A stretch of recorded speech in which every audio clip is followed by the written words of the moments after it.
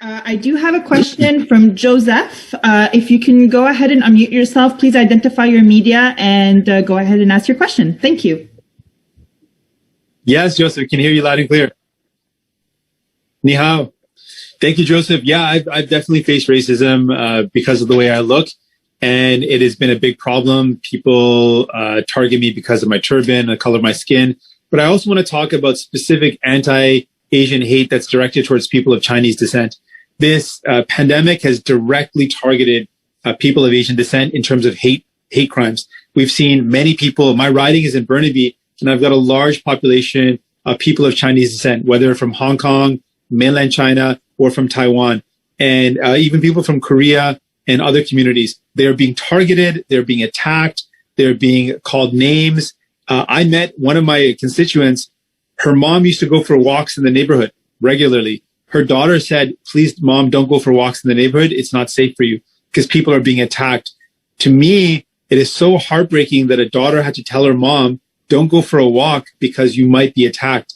It is very serious. So our policy is we have to fight back against this anti-Asian hate, specifically against the Chinese community. We need to stop it, because hate is very much like a fire. Once it takes hold, it'll spread and it'll attack other people based on where they're from, their language. We've seen this happen before.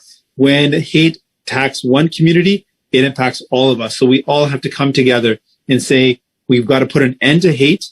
No one should be targeted. And one of the ways we can do this, there's a lot of misinformation that's spread online in social media, which blames people, blames a community, blames it on a certain community or a certain group of people.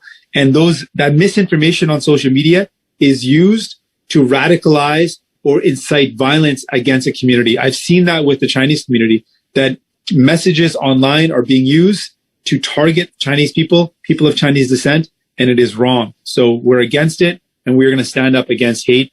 All of us should do this together, because we are all in this together. Yes, and this is a very real problem. We've got to make good decisions about where there's hot spots. So if there's a place where there's a variant or there's a high spread, we want to make sure we're limiting travel. But we also know that whenever that happens, we see an uptake of racism against those people. So when anytime there is a travel ban on a certain region, then people start to imagine that anyone from that region is bad all of a sudden.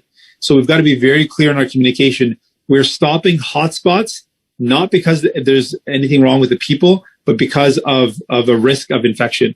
But we've got to be very clear, because misinformation on that case leads to increase in hate. We saw that when there was a lot of focus on Wuhan, and then people were targeting people of Chinese descent. Now that there's bans on travel to Pakistan and India, we're worried about the rise of hate against South Asians. So we've got to be very clear in our communications. The decisions that we're making for health do not reflect on any people, do not reflect on any community. They're just questions about where travel is going to put Canadians at risk just because of this pandemic. And we've got to be very clear, because there's a real risk that it gets manipulated or twisted into increasing hate against people based on where they come from. Thank you very much.